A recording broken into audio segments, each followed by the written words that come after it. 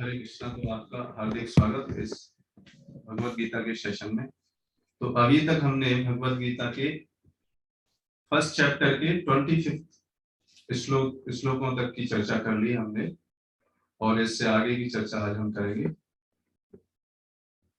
तो आज का टॉपिक और चर्चा का विषय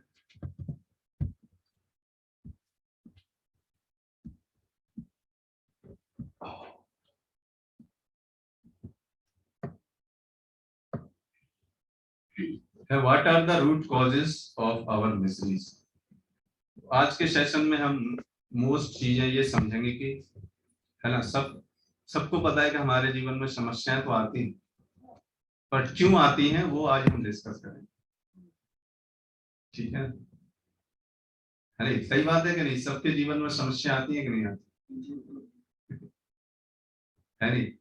तो अगर उसका कारण पता चल जाए तो हम उसका समाधान ढूंढ सकते हैं, है नहीं? तो इसलिए पहले कारण ढूंढेंगे, और कारण ढूंढेंगे भगवत गीता से। पहले ही भगवत गीता में भगवान बता रहे हैं, भगवत गीता इसीलिए बहुत इंपॉर्टेंट है।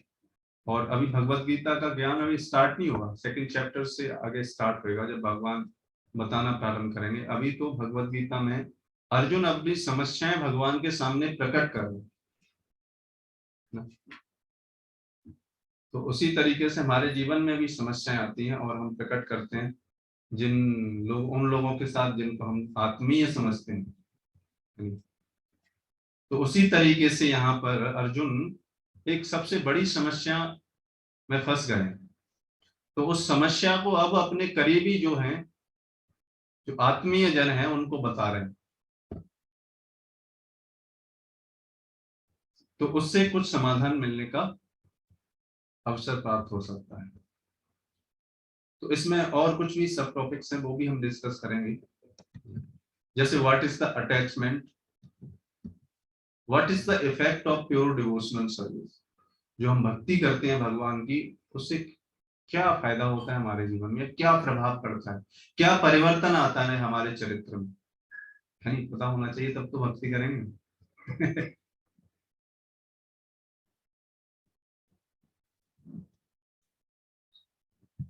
और फिर उसके बाद डिस्कस करेंगे व्हाई,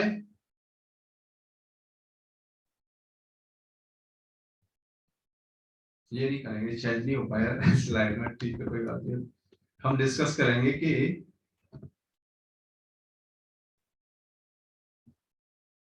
अब जब आएगा आगे फिर डिस्कस करेंगे, मेरे को भी याद नहीं।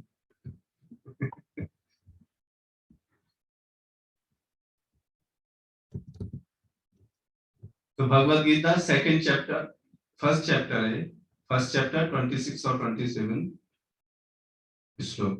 थोड़ा सा जल्दी में बनाया इसलिए वो मिस्टेक्स हो गई। तो मैं श्लोक पढ़ता हूँ और इनसे कुछ चर्चा करेंगे फिर। तत्र पश्याति तान् पार्था पितृनथ पितामहान् आचार्यमातुला भ्रातान् पुत्रान् पौत्रान् सखीन् सताम् स्वसरान् सुहृदश्चैव सैन्योरुभयोरपि।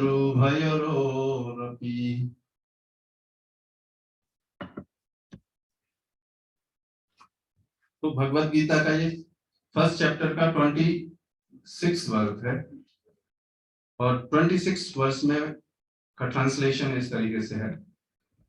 अर्जुन ने वहां पर दोनों पक्षों की सेनाओं के मध्य में अपने चाचा ताऊओं, पितामहों, गुरुओं, मामाओं, भाइयों, पुत्रों, पौत्रों, मित्रों, ससुरों और शुभ चिंतकों को भी देखा।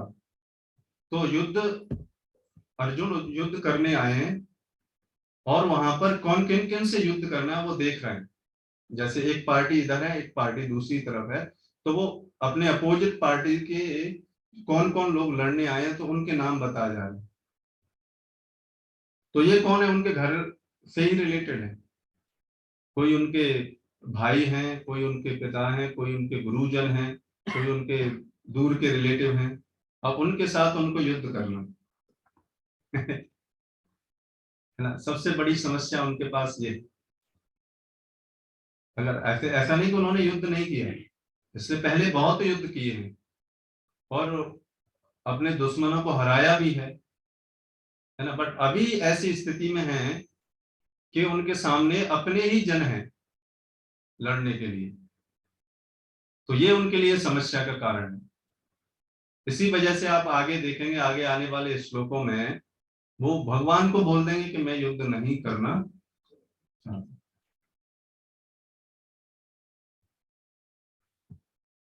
तो तात्पर्य में श्रील प्रभुपाद बता रहे हैं, अर्जुन युद्ध भूमि में अपने सभी संबंधियों को देख सका। वह अपने पिता के समकालीन भूरिश्रवा जैसे व्यक्तियों, भीष्म तथा सोमदत्त जैसे पितामहों, द्रोणाचार्य तथा कृपाचार्य जैसे गुरुओं, शल्य तथा शकुनी जैसे मामाओं, दुर्योधन जैसे भाइयों, लक्ष्मण जैसे पुत्रों, अश्वत्थामा जैसे मित्रों एवं कृतवर्मा जैसे शुभ चिंतकों को देख सका। वह उन सेनाओं को भी देख सका जिनमें उनके उससे अनेक मित्र थे। तो ये है किन किन से उसको लड़ना है।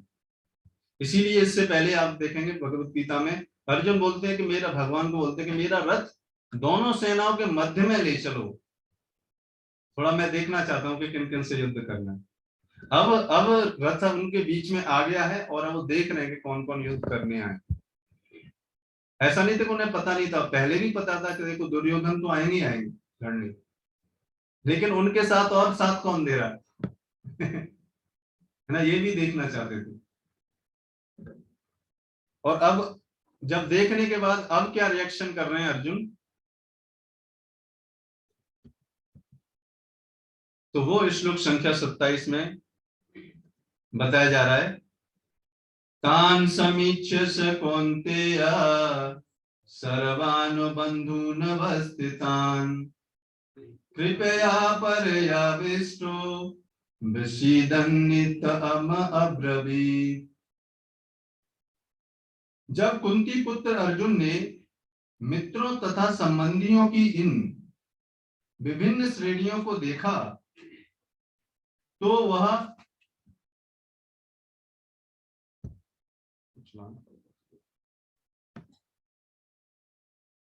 जब कुंती पुत्र अर्जुन ने मित्रों तथा संबंधियों की इन विभिन्न श्रेणियों को देखा तो वह करुणा से अभिभूत हो गया और इस प्रकार बोला। तो यहाँ पर सारा, इससे पहले अर्जुन का पूरा इच्छा था युद्ध करने की, लेकिन आप देखो कुछ ही समय में चेंज हो गया उनका माइंड, अब युद्ध नहीं करना चाहते, है ना। आप देखो युद्ध करने में कितना समय लगा हुआ, कोई ज्यादा समय नहीं, जस्ट फ्रैक्शन ऑफ सेकंड। उसी तरीके से हमारे जीवन में भी ऐसा होता है ना जैसे हम एग्जाम की तैयारी करते हैं और एग्जाम की तैयारी नहीं हुई तो हमारा मन बदल जाता है कि इस एग्जाम को छोड़ दे। ऐसा होता है कि नहीं होता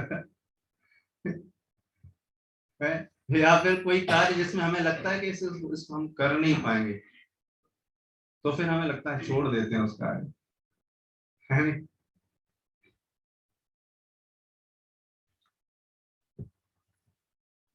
तो ये किसके कारण होता है, सबसे पहले तो ये समस्या इसकी वजह से आती है कि हम उस कार्य को करने में या तो समर्थ नहीं है नहीं।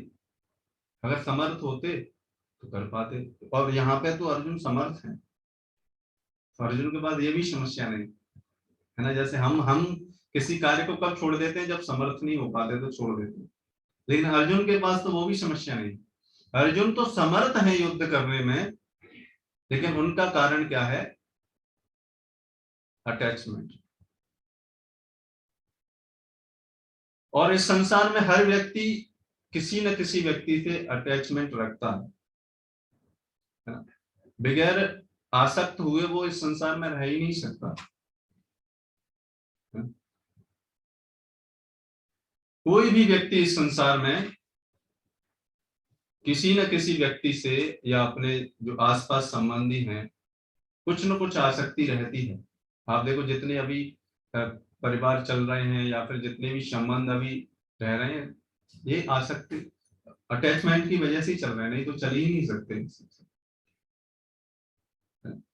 तो या तो ये आसक्ति हमारा इस संसार के प्रति हो या भगवान के प्रति हो, है ना। वो डिपेंड करता है कि हम किसके प्रति आसक्ति रख सकते हैं। तो यहां पर आप देखेंगे अभी अर्जुन अपने संबंधियों से थोड़ा आसक्त होना प्रारंभ हो रहा है।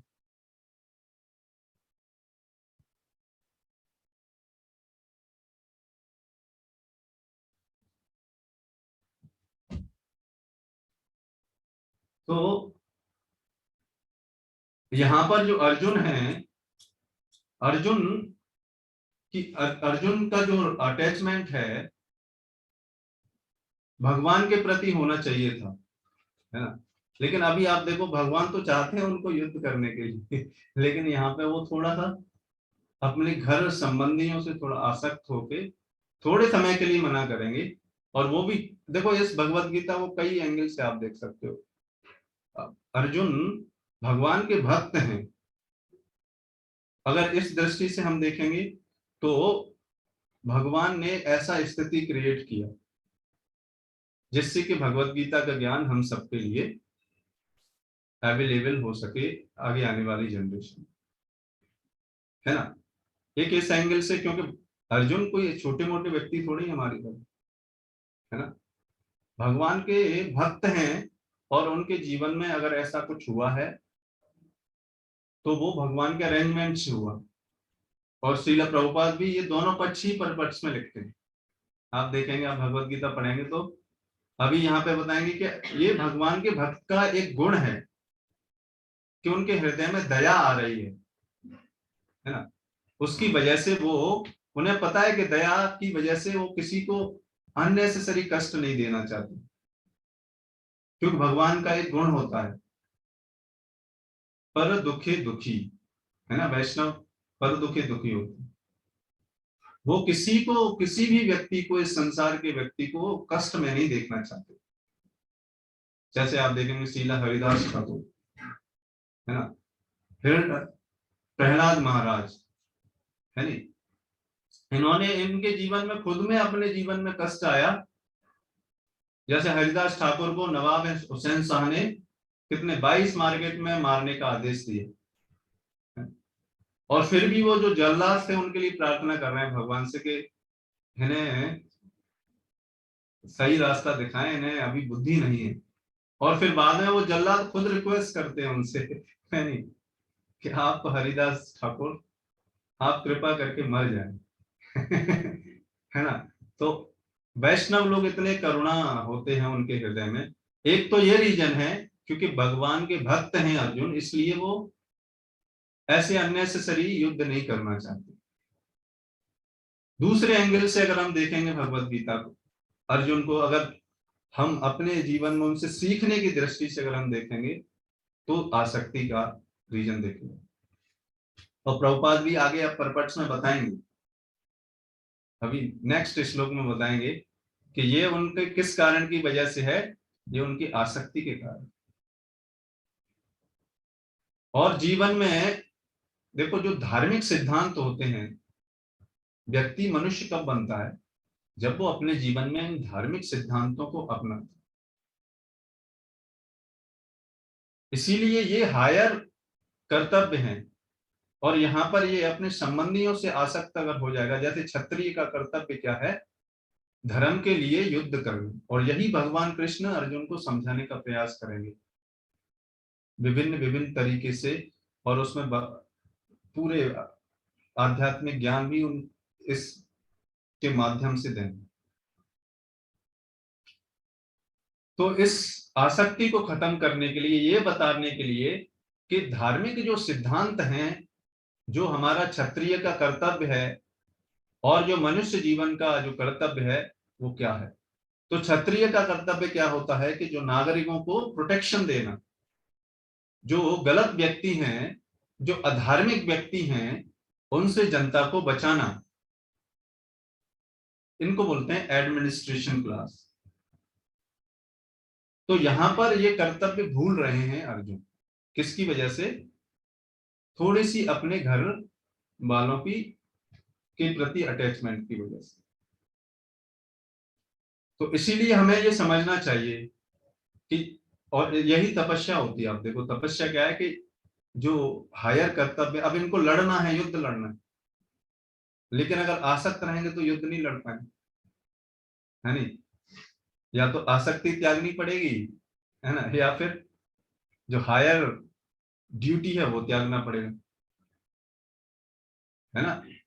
तो दोनों में से कोई एक कार्य करना पड़ेगा। तो जीवन में ये सारी सिचुएशन आती है हमारे जीवन में, और आएंगी। इसीलिए हमें पता होना चाहिए जीवन में क्या हायर ड्यूटीज हैं। तो ऐसे जीवन में जब भी सिचुएशन आए तो हमें गाइडेंस ले लेना चाहिए ऐसे व्यक्तियों से, है ना, जिन्होंने अपने जीवन में ये सारे ज्ञान है उनको। तो उससे क्या फायदा होगा, हमको मार्गदर्शन मिल जाएगा।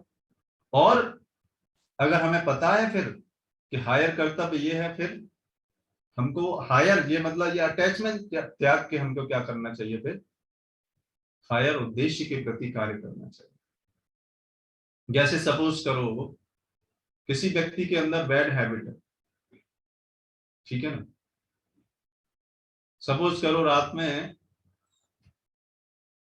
बैड हैबिट की वजह से और उसके एग्जाम करीब आ गए है ना, और उस बैड हैबिट की तरफ वजह से क्या है, उसका समय बर्बाद हो रहा है। तो या तो उसको क्या करना पड़ेगा, देखो दो चीज, दोनों में से कोई एक काम करना पड़ेगा। या तो उस बैड हैबिट को हटाना पड़ेगा, यानी इससे आसक्ति हटानी पड़ेगी, या फिर एग्जाम छोड़ना पड़ेगा, है ना। तो हायर हायर इसमें ड्यूटी क्या है, उसके भविष्य के लिए हायर ड्यूटी है कि वो अपना एग्जाम दे, है ना। और जो बैड हैबिट है उसको थोड़ा हटाना पड़ेगा उसको। तो उसके ऊपर चॉइस उसी के हाथों में, आप देखो, चाहे तो वो ये कर सकता है, चाहे तो वो कर सकता है। तो जिनके पास अच्छा मार्ग निर्देशन है, जिसके पास अच्छा एसोसिएशन है, वो व्यक्ति क्या कर पाएगा, एग्जाम दे पाएगा और इन बैड हैबिट्स को थोड़ा ओवरकम कर पाएगा। तो यहां पर आप देखेंगे अर्जुन के पास भगवान थे, है ना, और भगवान के एसोसिएशन से वो अपना जो जो सो कॉल्ड जो अटैचमेंट थोड़े समय के लिए जनरेट हुआ था वो रिमूव कर पाए। तो इसीलिए अटैचमेंट तो होएगा हमारे जीवन में, है ना।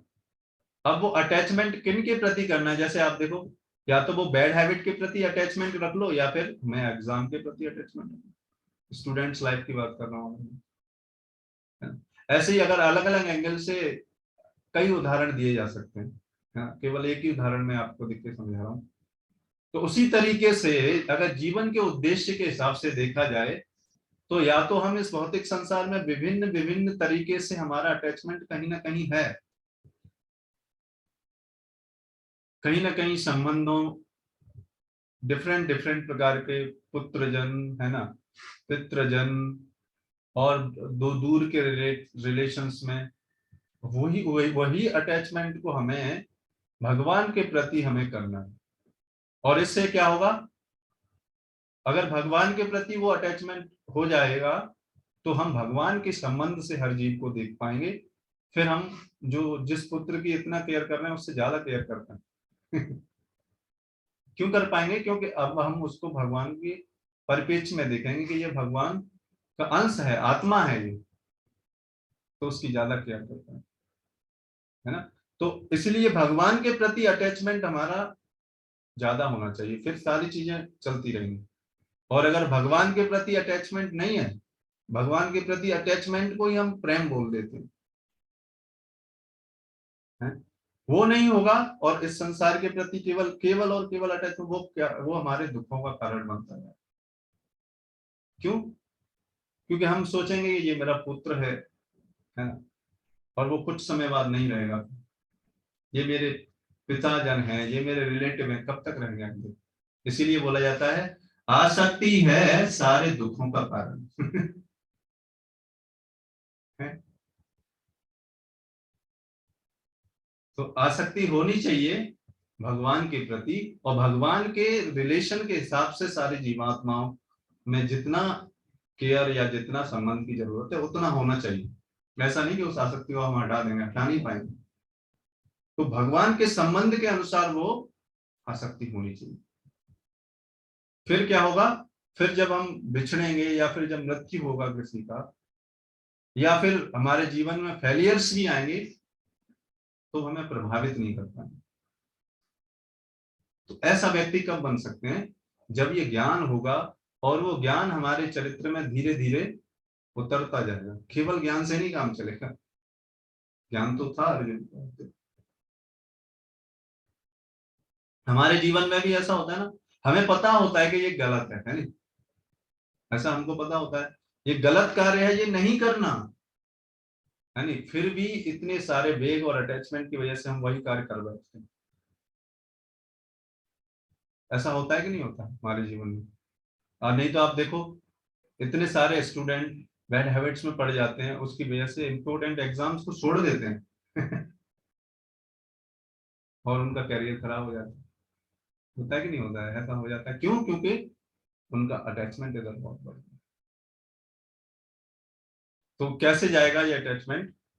एक कोई प्रमाणिक मार्ग निर्देशक होना चाहिए हमारे जीवन, फिर जा सकता है। ठीक है, तो अभी हम आगे बढ़ते हैं। तो ये अटैचमेंट होएगा हमारे जीवन में हमारे, और अटैचमेंट होना भी चाहिए, बट सही अटैचमेंट क्या है? भगवान के परिप्रेक्ष्य में होना चाहिए, और उनके परिप्रेक्ष्य में उनके संबंध के अनुसार हमें जीवात्माओं को देखना चाहिए उस एंगल से। अब यहाँ पे आप देखेंगे आगे अर्जुन ने इसी पॉइंट पे काम करेंगे। भगवान जो बोलेंगे, आप बोलेंगे, भगवान बोलते हैं कि मैंने आपको ये भगवत गीता का ज्ञान सुना दिया। 18वें चैप्टर के आगे श्लोकों में बोलेंगे कि अर्जुन मैंने ये भगवत गीता का ज्ञान आपको दे दिया, अब आपकी जो इच्छा है वो करो। आपको युद्ध लड़ना है तो लड़ो, नहीं लड़ना है तो मत लड़ो यानी फोर्स नहीं करेंगे भगवान। और फिर अर्जुन क्या है, अर्जुन खुद ही बोलेंगे कि भगवान मैं, आप जो जो बोलेंगे वही मैं करूंगा, है नहीं? तो आप देखेंगे वो फिर आसक्ति धीरे धीरे क्या हुई, वो जो पारिवारिक रिलेशंस में जो आसक्ति थी वो भगवान की, तभी तो भगवान, देखो जिन के प्रति हमारी आसक्ति होती है उनकी बात हम मानते हैं, सही बात है कहीं? तो यहाँ पर चेंज हो गया है। तो उसी तरीके से हमारे जीवन में कितना भी गलत क्यों ना हो या कितना भी बैड चीजें क्यों ना हो, अगर एक सही व्यक्ति हमारे जीवन में आ जाए तो वो सारी चीजें चेंज हो सकती है, बशर्ते कि उस व्यक्ति के प्रति थोड़ा अटैचमेंट होना चाहिए। और अटैचमेंट केवल भगवान के भक्त के प्रति होना चाहिए और गलत व्यक्ति के प्रति हो गया तो दिक्कत रहेगी, क्योंकि वो वही चीजें बताएगा जो उसको अच्छा लगता है। भगवान का भक्त क्या बताएगा? भगवान से प्रेम करो ये बताएगा, क्योंकि उसकी आसक्ति भगवान से। ठीक है ना? इसीलिए अर्जुन के पास एक पॉजिटिव पॉइंट था, वो क्या था? भगवान थे। उसकी आसक्ति कहीं ना कहीं भगवान में थी, इसलिए थोड़े समय के लिए जो उनके हृदय में जो फीलिंग आई अटैचमेंट की, वो ओवरकम कर दी।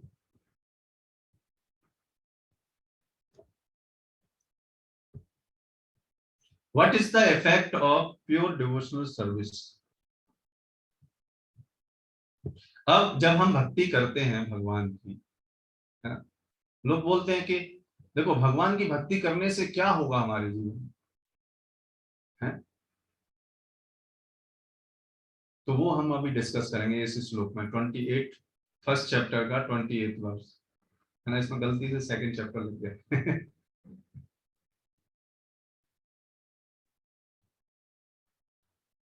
तो 28 वर्स अर्जुन बोल रहे हैं। अर्जुन उवाच दृष्टेमं स्वजनं कृष्ण युजुस्सं समुपस्थितं सीदन्तं मम गत्राणि मुखं च परिशुष्यति।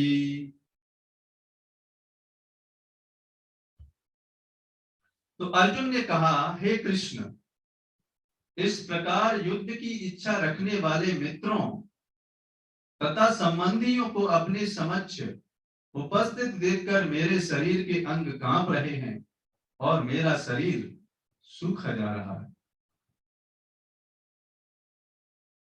है ना, मेरा मुंह सूखा जा रहा है।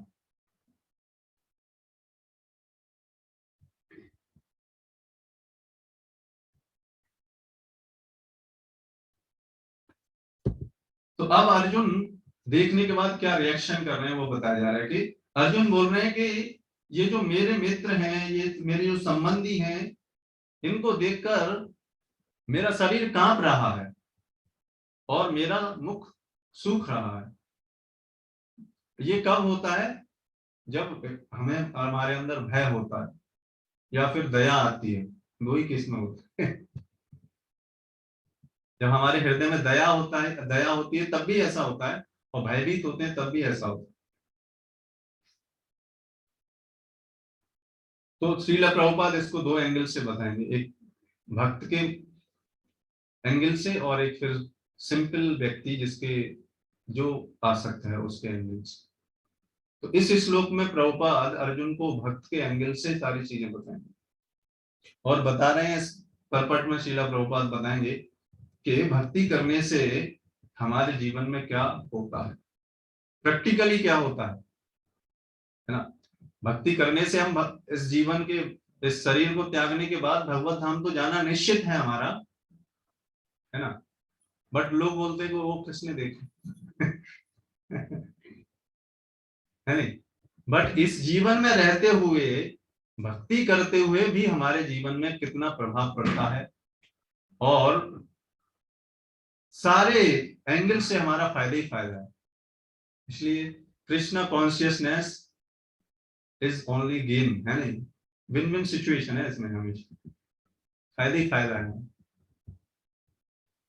तो यथार्थ भक्ति से युक्त मनुष्य में वे सारे सद्गुण रहते हैं जो सत्पुरुषों या देवताओं में पाए जाते हैं। तो पहला पहला इफेक्ट भक्ति का, शुद्ध भक्ति अगर करेंगे तब तो हमारे हृदय में कृष्ण प्रेम जागृत हो जाएगा और हम भगवान से रेसिप्रोकेट कर सकते हैं शुद्ध प्रेम की अवस्था में। जैसे हमारे आचार्य गण के हृदय में उनके साथ भगवान रेसिप्रोकेट करते थे, रूप गोस्वामी, सनातन गोस्वामी, जितने भी षड गोस्वामी, है ना, और भी उनके बाद आचार्य और भी जितने आचार्य, माधवेंद्र पुरी, आप देखो इनके पास टाइम पढ़ेंगे, है ना। तो भगवान के भक्त जिनके हृदय में उतना प्रेम है उनके साथ तो रेसिप्रोकेट करते हैं। बट बाकी लोग बोलते हैं हमको तो फिर दिखते हैं, उसके लिए क्या चाहिए, हमारा उतनी योग्यता चाहिए, डिजर्व, है ना, डिजर्व भी तो करनी चाहिए है नहीं, डिजर्व देन डिजायर। हम क्या करते हैं, हम पहले डिजायर करते हैं और डिजर्व करते नहीं, है नहीं। इसीलिए हमें पहले डिजर्व करना चाहिए, उसके बाद डिजायर करना चाहिए।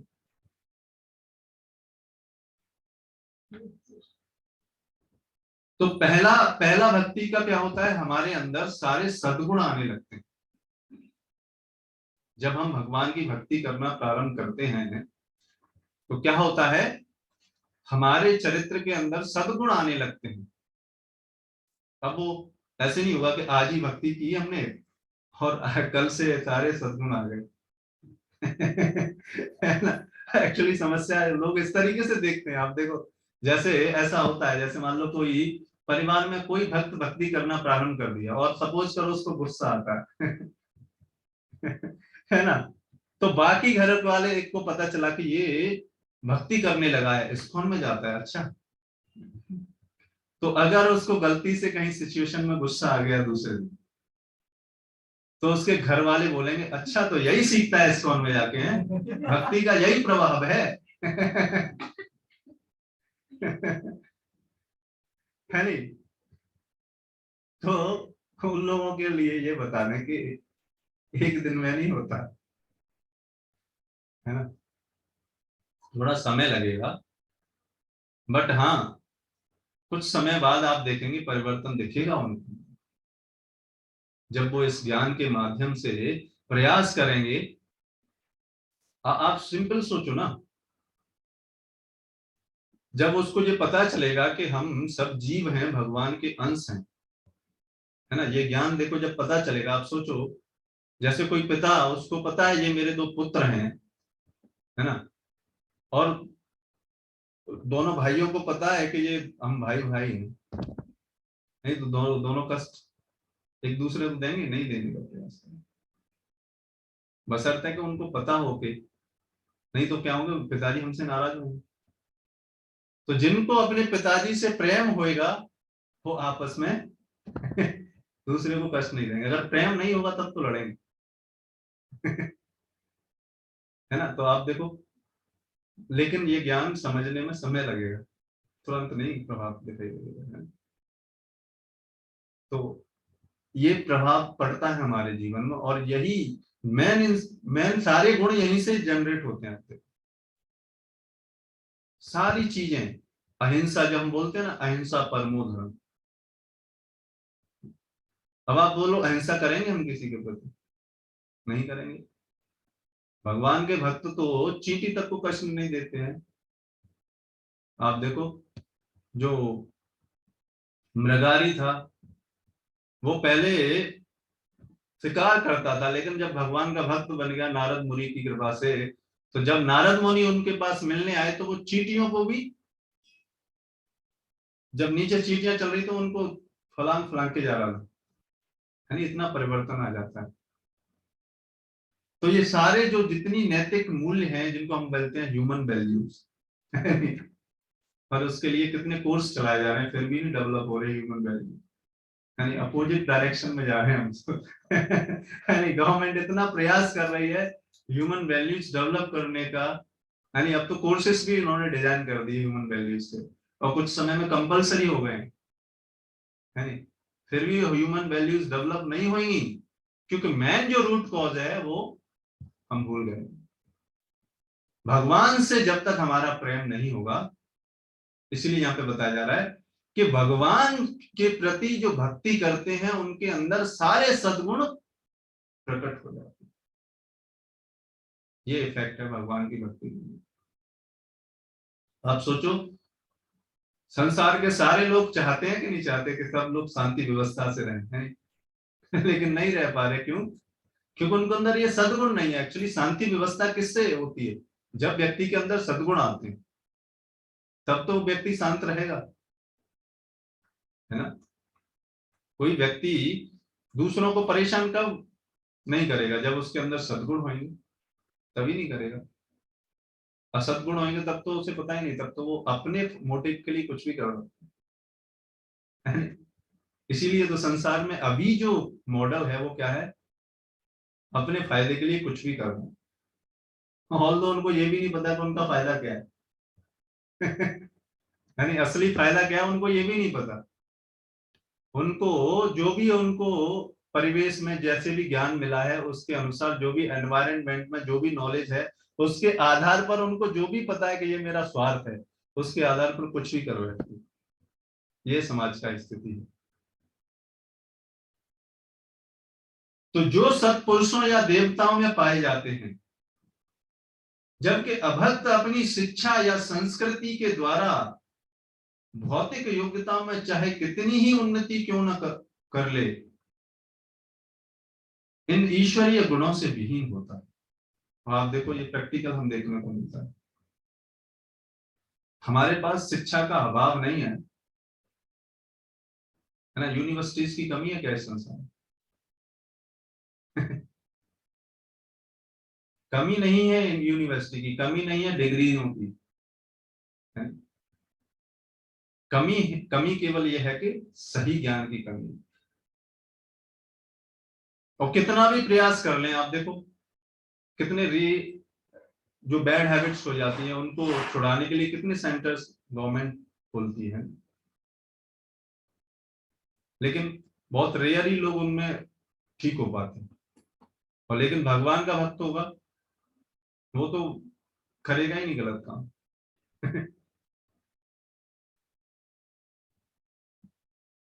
अतः तो ये बताया जा रहा है कि जो भगवान का भक्त है उसके अंदर सारे सद्गुण आ जाते हैं। अब कैसे आते हैं वो हम डिटेल में थोड़ा थोड़ा समझेंगे। एक मैंने आपको बताया कि सबसे ज्यादा, क्योंकि भगवान के परिप्रेक्ष्य से हम सारी चीजों को देखना प्रारंभ कर देते हैं, हमारा विजन चेंज हो जाता है। अब देखो सारी समस्याओं का कारण यही है ना कि हमारा विजन में प्रॉब्लम है। उस वजह से ही तो हम सारी चीजों क्रिएट करते हैं। हम सारी चीजों को सारे, जैसे हमारे कल्चर में पहले क्या था, मातृवत परदारेषु, मतलब अपनी पत्नी के अलावा सारी स्त्रियों को माता समझना। अब बताओ, ये गुण ऑटोमेटिकली भगवान की भक्ति करने से आ जाएगा। क्यों? क्योंकि सारी जीवात्मा भगवान की है। हम एक्सप्लॉइट क्यों करेंगे भगवान की संपत्ति को? और एक जरूरत से ज्यादा चीजों का हम उपभोग नहीं करेंगे। तो ये सद्गुण भगवान के भक्तों में ऑटोमेटिकली आ जाते हैं। किसकी वजह से? भगवान के भक्ति होने से। भगवान की भक्ति होने से मतलब भगवान से प्रेम होने के कारण। और ये प्रेम नहीं होगा तो फिर कितना भी हम प्रयास कर लें नहीं हो सकता।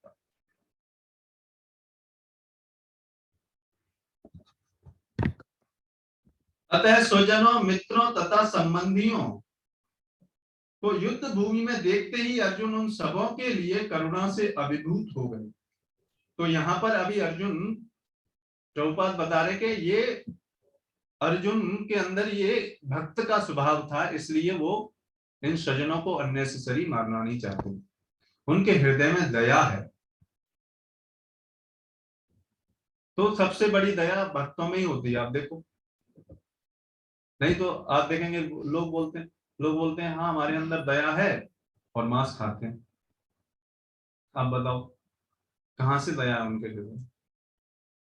मांस खाते हैं और आपस में डीलिंग से इतना अच्छी तरीके से मीठी बात करेंगे, एटिकेट से एकदम अच्छी तरीके। आप देखो फॉरेन में तो एकदम लाइन में लगेंगे, यानी आफ्टर यू। यानी इंडिया में बिफोर यू चलता है। यानी वो धीरे धीरे आफ्टर यू हो जाएगा।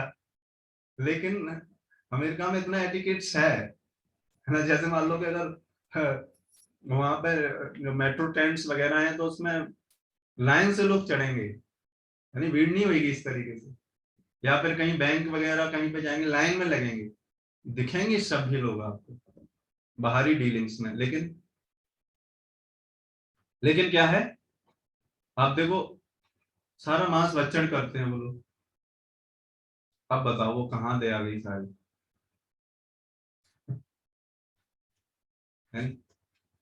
मतलब अपने जीव के स्वाद के लिए वो एक जीवात्मा की हत्या कर देते हैं। है? तो ये इसीलिए बताया कि ये बाहरी गुण तो मिल सकते हैं दिखने को, हाँ सोशल एटिकेट्स तो दिख सकते हैं भक्तों के अंदर भी, लेकिन जो असली जो दिव्य गुण है, जो दया जो दिखती है, वो भक्तों में ही दिखती है। क्यों? क्योंकि उनका भगवान से घनिष्ठ संबंध है, इसलिए। और यहीं से सारे, इसी वजह से ये रूट कॉज है सारे सारे दिव्य गुणों के प्रकट होने का।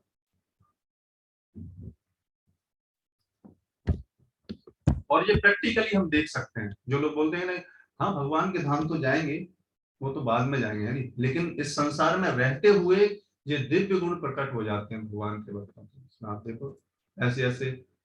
अब जैसे मैंने आपको उदाहरण दिया हरिदास ठाकुर का, प्रहलाद महाराज का, है ना, शीला प्रभुपाद का, है नहीं? शीला प्रभुपाद आप देखो, हम सबके फायदे के लिए इस ज्ञान को वितरण करने के लिए गए, है नहीं, 70 वर्ष की आयु में। है नहीं? कोई 70 वर्ष की आयु में कोई रिटायरमेंट होके कहाँ जाना चाहता है? आराम से बैठना चाहता है, उसके बच्चे उसको खाना पीना दे दें, बस कुछ नहीं करना चाहता। लेकिन क्योंकि उनका उनके हृदय में भगवान के प्रति प्रेम था और अपने गुरु के प्रति उतना प्रेम था, इसलिए वो वृंदावन में भजन करते हुए भी वहां से हम सबके फायदे के लिए, है नहीं, गए और उन्होंने ये ज्ञान दिया। इसको बोलते हैं दया वास्तव में, है नी? मतलब अपने, अब बताओ, एक सन्यासी को फॉरेन में को कौन रेस्पेक्ट देता है? कोई कोई वहां फॉरेन में नहीं कोई पूछता आपको कपड़े पहने हो क्या हो, तिलक लगाए। इंडिया में थोड़ा रेस्पेक्ट मिलेगा आपको, संस्कार है इंडिया में तो, लेकिन फॉरेन में नहीं है ऐसा। लेकिन ऐसी स्थिति में आप सोचो, तो ऐसे कोई व्यक्ति क्यों जा रहा है ऐसे अपने को कष्ट में डाल के, और ये ज्ञान दूसरों को वितरित कर रहा है? कोई जाएगा ऐसे? नहीं, क्योंकि उनके हृदय में ये दिव्य गुण है, इसीलिए। तो ये दिव्य गुण आ जाते हैं उनके अंदर। अब आप सोचो, अगर ऐसे दिव्य गुण हो तो समाज में शांति व्यवस्था नहीं होगी क्या? इसके लिए कुछ करना पड़ेगा अलग से। इसीलिए श्रीला प्रभुपाद बोलते थे कि अगर इस संसार का हर व्यक्ति भक्ति करना प्रारंभ कर दे तो इस संसार में शांति व्यवस्था अपने आप हो जाएगी। अलग से कुछ करने की जरूरत नहीं है नी। दुनिया के सारे देश लगे हुए हैं शांति व्यवस्था फैलाने, फिर भी नहीं हो रही है। यूएनए का संगठन इसीलिए तो है कि शांति व्यवस्था हो, है नी। लेकिन वो काम हम एक कार्य करके कर सकते हैं कि हम सब भक्ति भगवान की करना प्रारंभ कर दें, आप देखेंगे अपने आप कार्य हो जाएगा, अलग से कुछ भी प्रयास नहीं करना पड़ेगा। क्यों? क्योंकि भगवान की भक्ति करने से हमारे ये जो भौतिक आंखों वाला जो चश्मा लगा हुआ है वो क्या होगा? स्पिरिचुअलाइज हो जाएगा, है ना। अभी हम इस संसार को इस बॉडीली प्लेटफॉर्म पे देख रहे हैं, फिर हम इस सोल के प्लेटफॉर्म पे देखेंगे, भगवान के प्लेटफॉर्म पे देखेंगे, फिर सारी चीजें चेंज हो जाएंगी, आप देखेंगे, है ना। आप देखते हैं ना, अगर मैं रेड कलर का चश्मा लगा लूं तो मेरे को रेड रेड चीजें दिखने लगेंगी हैं।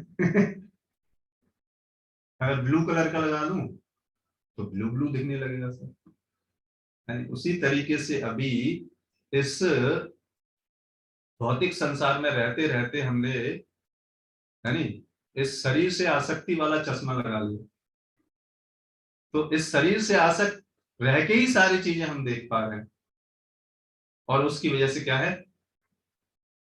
हम दूसरों को, अपने स्वार्थ के लिए दूसरों को कष्ट में डाल देते। लेकिन इस ज्ञान, इस भगवत गीता रूपी ज्ञान रूपी अगर हम चश्मा लगा लेंगे तो फिर हम हर चीज को सोल के प्लेटफॉर्म पे और भगवान के परिप्रेक्ष्य में देखेंगे। इसीलिए तो बोला जाता है कि अज्ञान से ज्ञान की तरफ आओ, यानी सारे शास्त्र इसीलिए तो दिए गए। इसीलिए हमको भगवत गीता का अध्ययन करना चाहिए, पढ़ना चाहिए। ये भगवत गीता हर घर में होना चाहिए और इसका अध्ययन हमें रेगुलरली करना चाहिए। फिर क्या होगा? फिर ये ज्ञान हमारे चरित्र में, चाहे छोटे हों चाहे बड़े हों, सबके लिए है ये, है नहीं। ये नहीं सोचना चाहिए कि अभी हम छोटे हैं, या फिर हम, लोग बोलते हैं अभी जो कोई उम्र है पढ़ने की। है ना, ये भगवत गीता पढ़ना तो बड़े बुजुर्गों का काम है। ऐसा जब हम भगवत गीता डिस्ट्रीब्यूट करते हैं तो लोग बोलते हैं। है? भाई ये भगवत गीता हर व्यक्ति के लिए हर समय जरूरी है नहीं? कुछ पता नहीं कब समय निकल जाएगा, पता नहीं। समय बहुत इंपॉर्टेंट है, कब निकल जाएगा पता नहीं चलेगा, है नहीं। और आप देखो इस संसार में हर व्यक्ति आपका समय ही ले रहे हैं। टाइम इज मनी, पता है ना आपको? उसके बदले में आपको एम्प्लॉय बना के पैसा दिया जाता है, वो आपका समय लेते हैं, आपको पैसा देते हैं। तो भगवान भी समय मांगते हैं हमसे। जब हम भगवान को अपना समय देंगे, मतलब भक्ति करेंगे, तो फिर उसके बदले क्या होगा? जो दिव्य गुण है वो आएंगे, ठीक है ना। इसलिए हमको भक्ति करना चाहिए।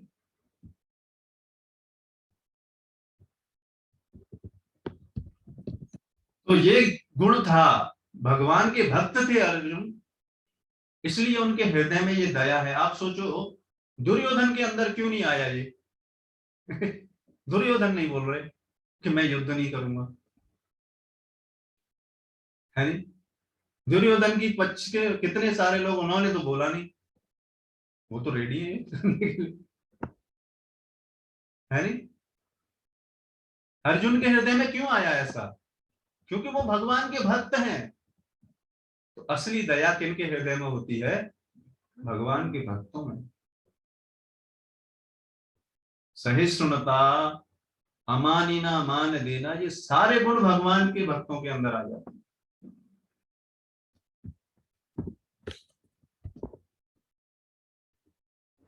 तो अब देखो, सबसे वेलफेयर एक्टिविटी है कि लोग बोलते हैं कि आप क्या वेलफेयर एक्टिविटी करते हो? तो सबसे बड़ी वेलफेयर एक्टिविटी क्या है? भाई दूसरों को परेशान मत करो, यही सबसे बड़ी है वेलफेयर एक्टिविटी। है नहीं? और वो क्या हो जाएगी? भगवान की भक्ति करने मात्र से सारे वेलफेयर एक्टिविटी हो सकती है।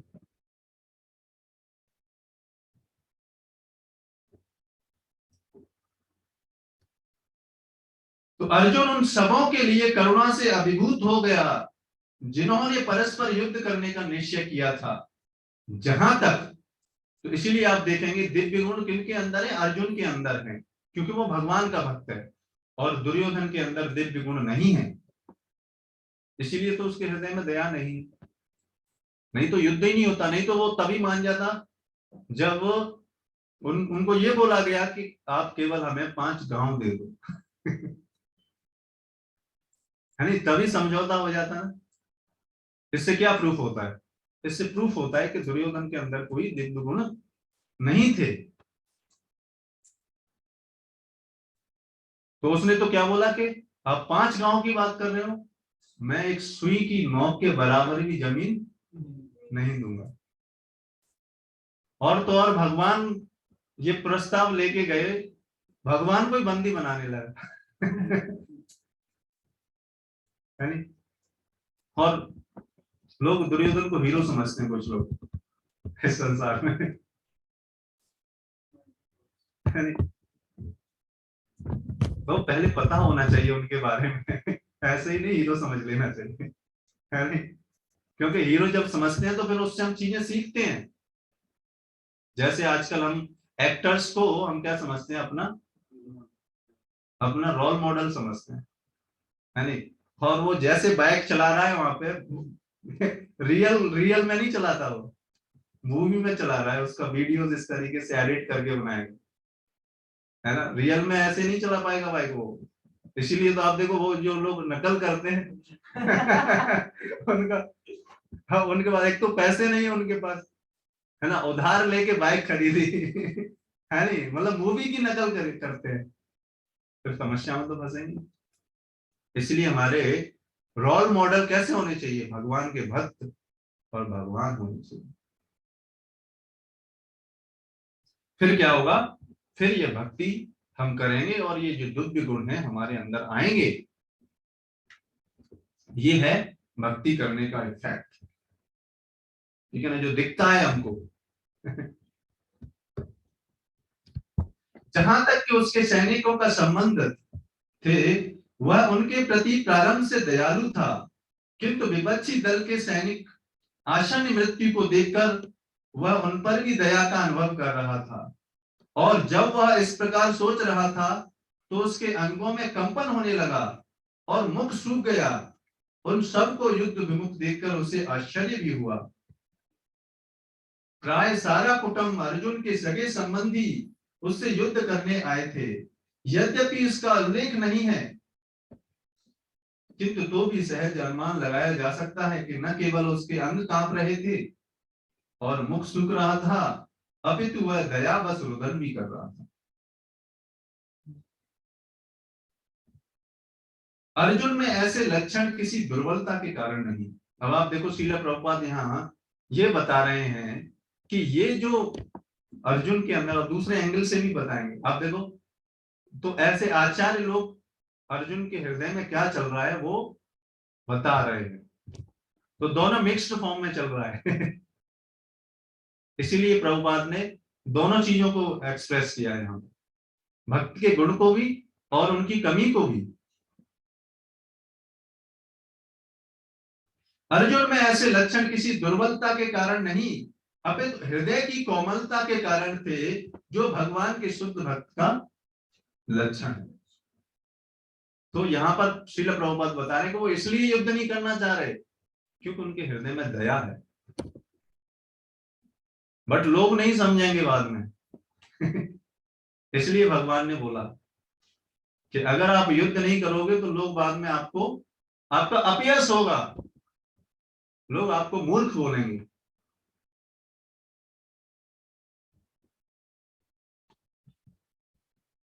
अतः कहा गया है, इसलिए श्रीमद् भागवतम के 5वें स्कंद के 18वें अध्याय के 12वें श्लोक में कहा गया है, यस्यास्ति भक्तिर्भगवत किंचनाना सर्वैर्गुणैस्त्रेत्रिशमासते सुरा हराव भक्तस्य कुतो महद्गुणा मनोरथेना सति धावको वही। जो भगवान के प्रति अविचल भक्ति रखते हैं उनमें देवताओं के सद्गुण पाए जाते हैं, किंतु जो भगवत भक्त नहीं है उनके पास भौतिक योग्यता ही रहती हैं जिनका कोई मूल्य नहीं होता। इसका कारण यह है कि मानसिक धरातल पर वह मंडराता रहता है और ज्वलंत माया के द्वारा अवश्य ही आकृष्ट होता है। इसलिए तो आप देखो कितनी बड़ी बड़ी डिग्री लेने के बाद लोग रेप केस कर रहे हैं। कैसे? क्योंकि वो भगवान का भक्त नहीं है, इतने उतनी उच्च डिग्री किसी कुछ फायदा, इसलिए तो बताया जा रहा है। आप देखो लोग यूनिवर्सिटी में पढ़ाई करते हैं और उनके अंदर इतनी गलत आदतें आ जाती हैं, इसका मतलब क्या है? स्कूल कॉलेजों में पढ़ने जा रहे हैं, वो जो शिक्षा है वास्तव में वो शिक्षा नहीं है, वो केवल जीविका का कमाने का एक साधन है, वो शिक्षा नहीं है। शिक्षा होती तो हम सही डायरेक्शन में जाते हैं ना, फिर गलत कैसे कर सकते हैं? सारी डिग्री लेने के बाद व्यक्ति कुछ गलत कर रहा है, इसका मतलब कहीं ना कहीं गलत डायरेक्शन में है ना। आप देखो आईएएस पीसीएस ऑफिसर्स नेता बोल है नहीं घोटाला कर देते हैं। है नहीं, जिनको हम रोल मॉडल समझते हैं है नहीं, वो लोग घोटाला कर देते हैं। है नहीं, तो थोड़ा समझना पड़ेगा हमको, रोल मॉडल सोच समझ के बनाना पड़ेगा। है नहीं, इसीलिए भगवत गीता पढ़नी पड़ेगी। है नहीं, कैसे सोच समझेंगे बताओ?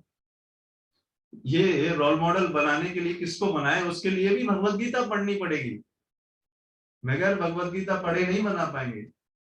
हाँ, दूसरा एक सिंपल सॉल्यूशन है कि किसी भक्त मित्र से दोस्ती हो जाए, है नहीं, तो फिर ये गुण होंगे। ये श्रीमद् भागवतम में बताया जा रहा है कि जो व्यक्ति यस्यास्य भक्तिर भगवत किंचनेन, जो व्यक्ति भगवान की भक्ति करना प्रारंभ कर देता है, सर्वेश गुणेश तत्र समासतेषुरा, उसके अंदर देवताओं के सारे गुण आ जाते हैं समय लगते लगते ना। ये बहुत इंपॉर्टेंट समझना, कल से नहीं आएंगे। तो अगर आपको बोले कि गुस्सा आ रहा है घर वाले तो समय लगेगा, है ना, रुक जाओ थोड़ा भक्ति कर रहा हूं मैं।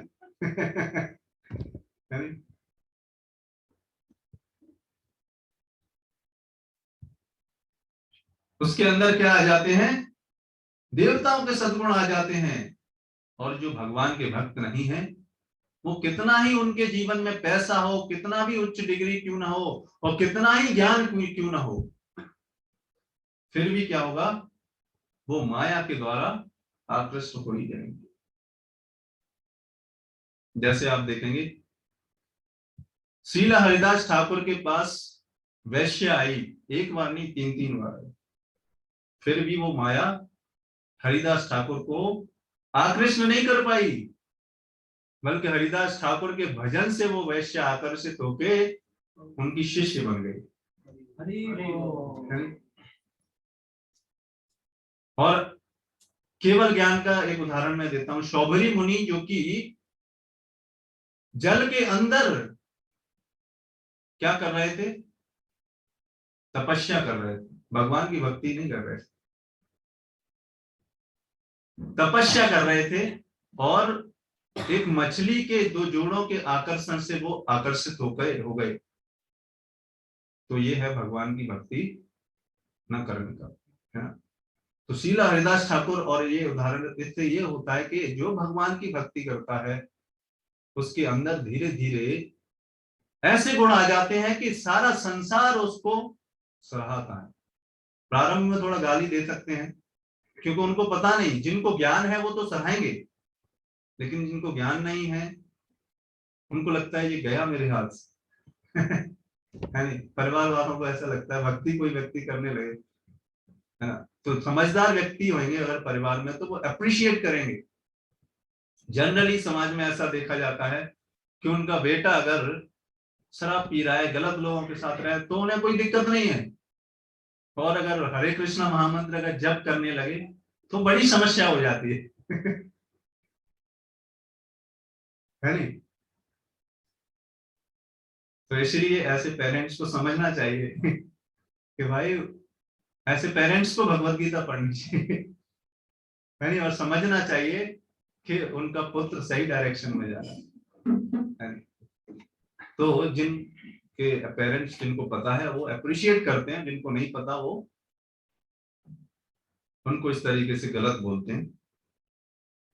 तो ये है, क्या है, effect of pure devotional service. ठीक है, तो इसलिए हमें भक्ति करनी चाहिए रेगुलरली, है ना। ठीक है, उसके लिए क्या करना पड़ेगा, हरे कृष्णा महामंत्र करना पड़ेगा। हरे कृष्णा कृष्णा कृष्णा हरे हरे, हरे राम राम राम हरे हरे। यहां से प्रारंभ होती है भक्ति, है नहीं। तो ये जब हम हरे कृष्णा महामंत्र करना प्रारंभ करेंगे तो क्या होगा,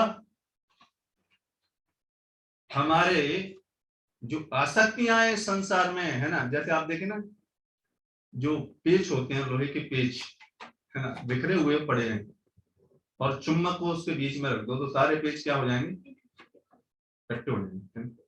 उसी तरीके से इस संसार में हमारी इच्छाएं क्या हैं, संसार के प्रति, संबंधियों के प्रति क्या है, इच्छाएं वितरित हो चुकी हैं, आसक्त हो चुकी हैं, नहीं। और इस हरे कृष्णा महामंत्र रूपी चुम्बक को अगर हम करेंगे तो क्या होगा, हमारा हृदय साफ होना प्रारंभ होगा, और फिर क्या होगा, वो सारी इच्छाएं इस भगवान से आकर्षित हो जाएंगी, और भगवान से आकर्षित हो जाएंगी तो सारे सद्गुण हमारे अंदर आ जाएंगे। ठीक है ना, समझ में आया केवल हरे कृष्णा महामंत्र करने से, देखो ये है भगवान के नामों का चमत्कार। इसलिए भगवान बोलते हैं नाम नाम कारी बहुधा निज सर्व शक्ति, कि मैंने अपने नाम में सारी शक्तियां अर्पित कर दी हैं, और किसी के नाम से नहीं होगा हृदय साफ है ना। आप देखो, चुम्बक से ही लोहा आकर्षित होगा, और कोई मेटल सोने से नहीं होगा है, सोने से तो चोर लोग आकर्षित हो गए नहीं, सही बात है कि नहीं। जितना कॉस्टली मेटल आप पहनेंगे, आप चोरों को आप दावत दे रहे हैं इसलिए क्या करना पड़ेगा, हरे कृष्णा महामंत्र, कंठी माला है, तुलसी माला है, हरे कृष्ण महामंत्र इसलिए हमको क्या करना पड़ेगा, जपना पड़ेगा। क्यों, क्योंकि इनमें ये साधारण नाम नहीं है, इनमें भगवान ने अपनी शक्तियां अर्पित कर दी हैं। जिस तरीके से भगवान ने, चुम्बक भी क्या है, लोहा ही है एक तरीका से, उसमें चुम्बक के गुण उसमें अर्पित कर दिए हैं, उसी तरीके से भगवान ने अपने नामों में ये दिव्य शक्ति अर्पित कर दी है, जिससे हमारा हृदय क्या होता है, साफ होता है। काम क्रोध लोभ मद मत्सर ये क्या होते हैं, साफ होते हैं। जैसे कोई काला कपड़ा होता है, उसकी धुलाई होती है ना, तो काला निकलता है ना पहले, एक दिन में नहीं साफ हो जाता, बरसों लग जाते। उसी तरीके से जब हम हरे कृष्णा महामंत्र सिंसियरली, इसलिए बोला जाता है ना ध्यान पूर्वक जप करना, है ना, प्रभु जी बोलते हैं ना सुबह है ना, इसलिए जपा टॉप में प्रभु जी बीच बीच में बोलते भी हैं, है?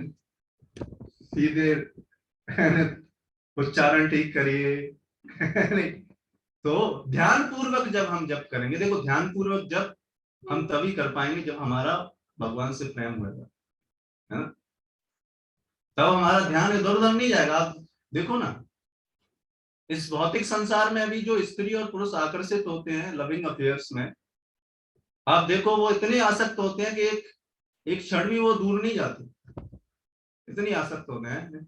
अब इतनी आसक्ति हमारे भगवान से होगी तो ध्यान पूर्वक जप होगा।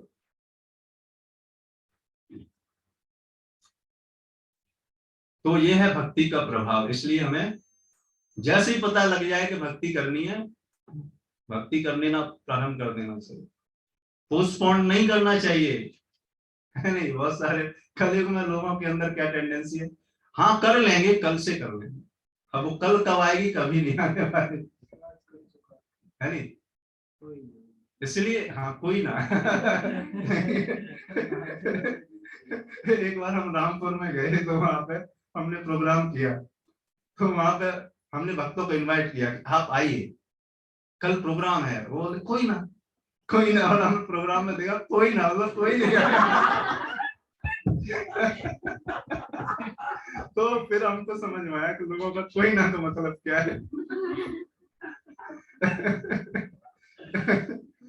कोई ना का मतलब लोग बोलते हैं ठीक है कर लेंगे जब जरूरत होगी तो ये नहीं, ये बहुत नेसेसरी है। अभी जैसे आंखें खुल गई हैं, पता चल गया है, तो करना प्रारंभ कर देना चाहिए। ठीक है, अभी एक और श्लोक बाकी है, फिर हम वो लेते हैं, एक और टॉपिक बस, फिर हम एंड करेंगे। सो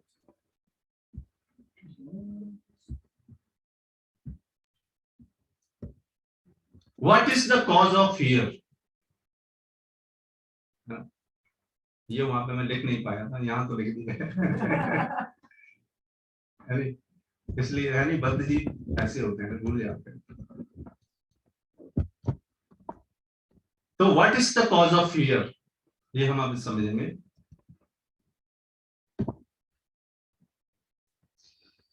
बेपतुश्च शरीरे में रूमहर्षस्य जायते, गांडीवं संसृते हस्ता त्यक्ष्यैव परिदह्यते। मेरा सारा शरीर कांप रहा है। अब आप देखो यहां से श्रील प्रभुपाद अब दूसरा एंगल बताएंगे अर्जुन का। अभी तक भगवान का भक्त होने के नाते बता रहे थे, इसीलिए उनके हृदय में दोनों ही बातें चल रही थी एक्चुअली। अब आप सोचेंगे श्रील प्रभुपाद को कैसे पता क्योंकि वो भगवान के भक्त हैं, इतने बड़े आचार्य हैं, इसलिए वो टीका लिख पा रहे हैं। हम लोग नहीं लिख सकते ऐसे, नहीं। हम लोग तो इनके आपके हृदय में क्या चल रहा है कुछ पता नहीं ना, नहीं पता। लेकिन भगवान सबके हृदय में बैठे हुए हैं, उन्हें पता है सबके हृदय में क्या चल रहा है। इसीलिए श्रील प्रभुपाद बोलते थे ये बुक्स मैंने नहीं लिखी, यानी ये कृष्ण ने लिखी है, यानी इसलिए श्रील प्रभुपाद ही बता सकते हैं कि अर्जुन के हृदय में क्या चल रहा है। इसलिए दोनों स्थिति श्रील प्रभुपाद अपने परपट में आप देंगे, शुरू से फर्स्ट श्लोक से लेकर ये पूरे चैप्टर में दोनों स्थितियों का वर्णन करते हैं, भगवान के भक्त होने के नाते भी, और दूसरा उनका जो आसक्ति थी छोटी थोड़े समय के लिए वो भी।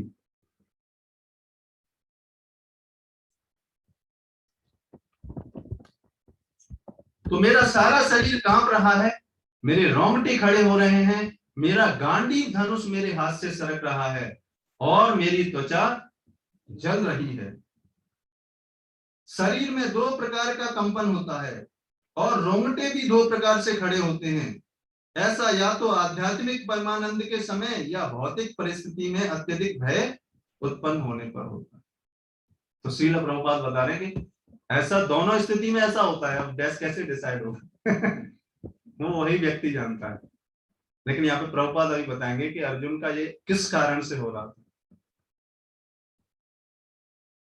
दिव्य साक्षात्कार में कोई भय नहीं होता। आप सोचो, जो जिसको दिव्य आत्म साक्षात्कार है उसको भय किस बात का? उसे तो पता है मैं भगवान का अंश हूं, है ना? वो उसे किस चीज का भय नहीं होता। इस अवस्था में अर्जुन उनके जो लक्षण हैं वे भौतिक भय अर्थात जीवन की हानि के कारण है। तो जिंदगी में जो भयभीत हम सब होते हैं वो किसकी वजह से होते हैं? जब हमको ऐसा लगता है कि हमारी ये वाली इच्छा पूर्ण नहीं हो पाएगी, फिर क्या होता है? हम भयभीत होने लगते हैं, है ना? जैसे जब कोई एग्जाम हम प्रयास करते हैं, उसको तैयार करते हैं उसको, और जब ऐसी स्थिति हो जाती है कि अब सर से ऊपर उड़ रहा है, अब नहीं हो सकता, टर्म में समय आ गया ऊपर, है ना, और तैयारी नहीं हुई, फिर क्या होता है? फिर डर लगने लगता है। होता है कि नहीं होता? बच्चों के केस में ऐसा होता है। अरे फिर बोलते हैं कि नहीं, फिर बहाना बनाएंगे कि मैं बीमार हूं। है नहीं? तो भय किस कारण वजह से होता है? हमारी भौतिक आसक्तियों की वजह से।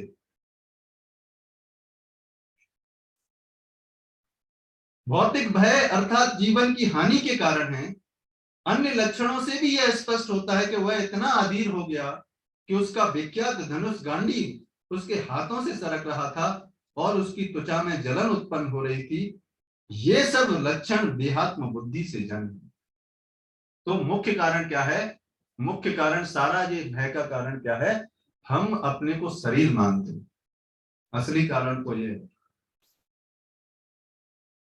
और इस शरीर से शरीर मान के के कारण इनके का सो कॉल्ड जो आसक्तियां हैं उनसे फिर हम आसक्त हो जाते हैं और उनके प्रति फिर हम सारी इच्छाएं उनसे प्रकट करने लगते हैं और उन इच्छाओं को फिर पूर्ति करने के लिए मेहनत करते हैं और फिर वो इच्छाएं पूर्ण नहीं हो पाती और सोसाइटी का क्या रहता है? स्टेटस भी रहता है। है कि लोग क्या बोलेंगे? इसलिए आप देखो, मूर्ख व्यक्ति को कभी भय नहीं होता। एक भगवान के भक्त को कोई भय नहीं होता। दूसरा मूर्ख व्यक्ति को कोई भय नहीं होता, है ना? लेकिन आप ये नहीं समझेंगे फिर तो मूर्ख बनना बढ़िया। नहीं, मूर्ख व्यक्ति को कोई फायदा नहीं होगा।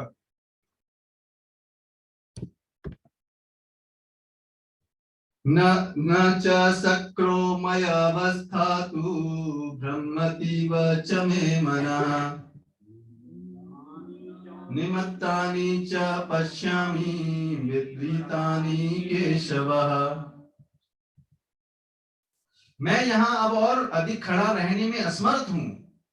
मैं अपने को भूल रहा हूँ और मेरा सिर चकरा रहा है। हे कृष्ण, मुझे तो केवल अमंगल के कारण दिख रहा है। और कभी कभी तो इतना भयभीत व्यक्ति हो जाता है वो मूर्छित हो जाता है। नहीं ऐसा होता है? तो ये सब किसके कारण? केवल इस शारीरिक आसक्ति के कारण। और भगवान के भक्त में यही नहीं होता, आप देखो। तो यहां पर श्रील प्रभुपाद ये बता रहे हैं कि कुछ समय के लिए अर्जुन के अंदर ये थोड़ा सा शारीरिक लेवल पर आ गया और शरीर के आधार पर उनके जो मित्र भाई जन हैं, पितागण हैं, उनको अपना मान के भगवान को, इसलिए वो भयभीत हैं कि क्या होगा अगर ये मारे गए तो क्या होगा। ये है उनका, इसलिए भयभीत हैं कि इनके साथ ही तो खेलने में मुझको अच्छा लगता है, इन्हीं को अगर मैं मार दूंगा तो फिर तो सुख कहां से मिलेगा?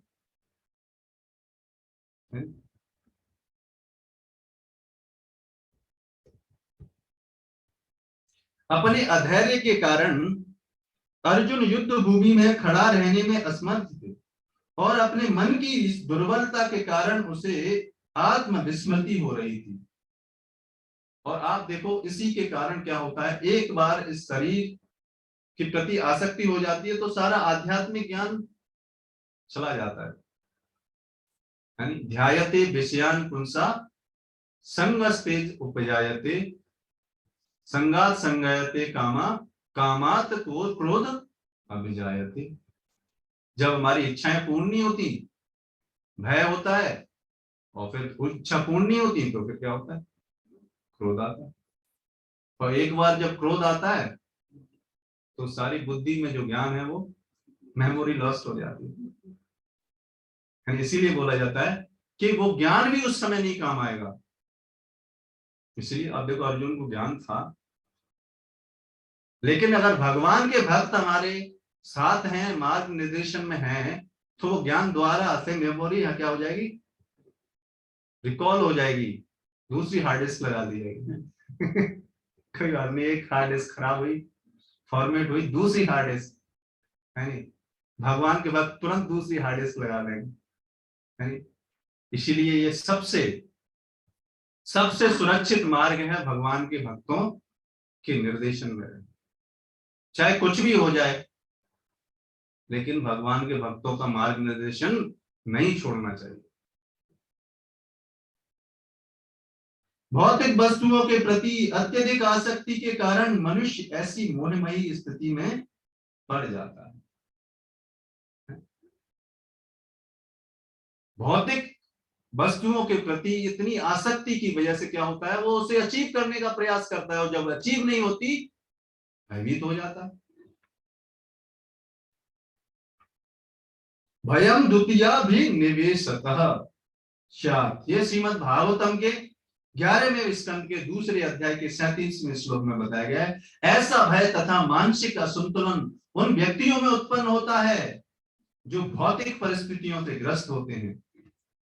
अर्जुन को युद्ध में केवल दुखदायी पराजय प्रतीत हो रही थी, वह शत्रु पर विजय पाकर भी दुखी नहीं होगा, सुखी नहीं होगा, सॉरी, मतलब उसे ऐसा लग रहा है कि मैं अगर जीत भी जाऊंगा तो भी मेरे को क्या फायदा होगा, कोई फायदा नहीं होगा।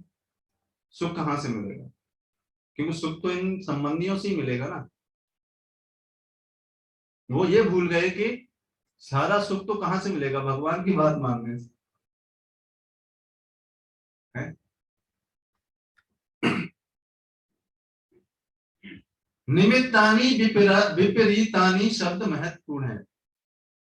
जब मनुष्य को अपनी आशाओं में केवल निराशा दिखती है ना, मतलब आशाओं, होपलेस हो जाता है व्यक्ति कि मैं ये नहीं कर सकता, है ना, ऐसा व्यक्ति भयभीत हो। इसलिए कभी हताश नहीं होना चाहिए, गलत कामों के लिए हताश होना चाहिए और सही कामों के लिए हमेशा, है नहीं, दृढ़ निश्चय होना चाहिए, हताश नहीं होना चाहिए। प्रभु जी उदाहरण देते हैं, स्प्रिंग की तरह होना चाहिए। है नहीं, स्प्रिंग दबा देंगे फिर उठ जाती है, उसकी तरह प्रभु जी देते हैं उदाहरण, उनसे मैंने प्रभु जी का कॉपीराइट है। मैं यहाँ क्यों हूं? प्रत्येक प्राणी अपने में तथा अपने स्वार्थ में रुचि रखता है, किसी की भी परमात्मा में रुचि नहीं है। कृष्ण की इच्छा से अर्जुन को अपने स्वार्थ के प्रति अज्ञान दिख रहा है। मतलब भगवान कृष्ण चाहते हैं युद्ध करे अर्जुन, लेकिन अर्जुन को उसमें क्या दिख रहा है, वो सोच रहे हैं कि भगवान ऐसी अज्ञान की बात क्यों बता रहे, भगवान तो ज्ञान ही दे रहे हैं, लेकिन वो इन आसक्ति की वजह से वो ज्ञान भी अज्ञान दिख रहा है। इसलिए आप देखो, जो अज्ञानी लोग होते हैं वो ज्ञानी लोगों को अज्ञानी मानते हैं, है नहीं, आप देखो, इसीलिए भगवान के भक्त सबसे ज्ञानी लोग होते हैं कि नहीं होते, और जिनकी भौतिक चीजों में आसक्ति है वो भक्तों को उल्टा सीधा बोलते, है नहीं। तो यहाँ पे अर्जुन भगवान को सोचने की अज्ञान क्यों दे रहे हैं मेरे, क्योंकि उसकी आसक्ति। इसीलिए इसीलिए आप देखेंगे भगवान पहले, सबसे पहले उत्तर बोलेंगे, we are not this body, we are the soul. ये सबसे समस्या का कारण है।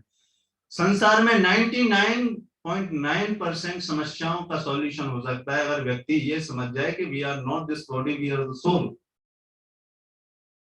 केवल थ्योरेटिकली नहीं थोड़ा प्रैक्टिकली, ज्ञान विज्ञानम सहितम, ज्ञान और विज्ञान के सहित जब हम समझेंगे तो सारी समस्याएं खत्म हो जाएंगी। और वो कैसे होगी? जब हम प्रयास करेंगे। तो ये भय, ये सब खत्म हो जाएगा। फिर क्या होगा? ऐसा नहीं कि भय, देखो ऐसा नहीं कि हमारे जीवन में भय नहीं होता, भक्तों को भय नहीं होता, भक्तों को भय होता है। किससे? गलत कार्यों से, है नहीं? और अच्छे कार्यों में भय नहीं होता करने के लिए। जैसे भगवान की भक्ति करने के लिए उन्हें कोई भय नहीं है, कौन क्या बोलेगा, कोई बात नहीं, है नहीं? लेकिन गलत कार्यों के लिए भयभीत रहती है। मनुष्य का वास्तविक स्वार्थ तो विष्णु या कृष्ण में निहित है। बद्ध जीव इसे भूल जाता है, इसीलिए उसे भौतिक कष्ट उठाने पड़ते हैं। अर्जुन ने सोचा कि उसकी विजय केवल उसके कोष सुख का कारण बन सकती है। तो ये हमने समझा आज। सबसे पहले हमने समझा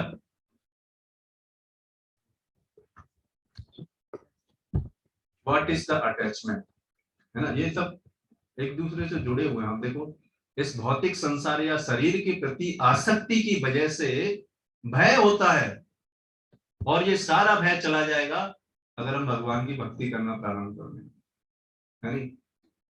और सारे संसार का भला कर सकते हैं। भगवान का भक्त सारे संसार का भला कर सकता है। क्यों? क्योंकि उसके अंदर दिव्य गुण आ जाएंगे। इसलिए हमको भक्ति करनी चाहिए। ठीक है, तो इसी के साथ हम आज के सेशन को विराम करेंगे। अगर आपका कोई प्रश्न हो तो केवल 5 मिनट, इससे ज्यादा नहीं ले सकते, क्योंकि हमारा समय बहुत हो गया। यानी भक्त लोग बोल रहे हैं इतनी देर से बोल रहा है है नहीं? तो आप हाथ उठा के प्रश्न पूछ सकते हैं। मैं आपको जो लोग हाथ उठाएंगे उसको मैं कमांड दे दूंगा अनम्यूट करने की। यहाँ पे अगर किसी का कोई प्रश्न हो, इसका मतलब या तो सब समझ में आया या कुछ भी नहीं समझ में आया। ठीक है, फिर आप सभी भक्तों का बहुत बहुत धन्यवाद। आपका कोई प्रश्न नहीं है? ठीक है, तो हमारा समय भी बच गया। ठीक है, आप सभी भक्त वृंद की जय, जगत गुरु श्रील प्रभुपाद की जय, निताय गौर प्रेमानंदे, हरि हरि बोल। तो मैं बस रिकॉर्डिंग स्टॉप करता हूँ और मैं लीव होता हूँ। आप यहाँ पे ऑनलाइन रहिए क्योंकि एकादशी फेस्टिवल चल रहा है। आप 5 बजे फिर स्टार्ट होएगा।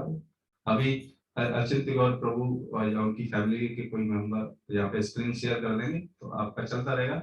और यहाँ पे ऑफलाइन हम जो एक्टिविटी यहाँ की सेंटर की चलती है उसको आगे बढ़ाते हैं। ठीक है, तो मैं आप सभी भक्तों से इजाजत चाहूंगा।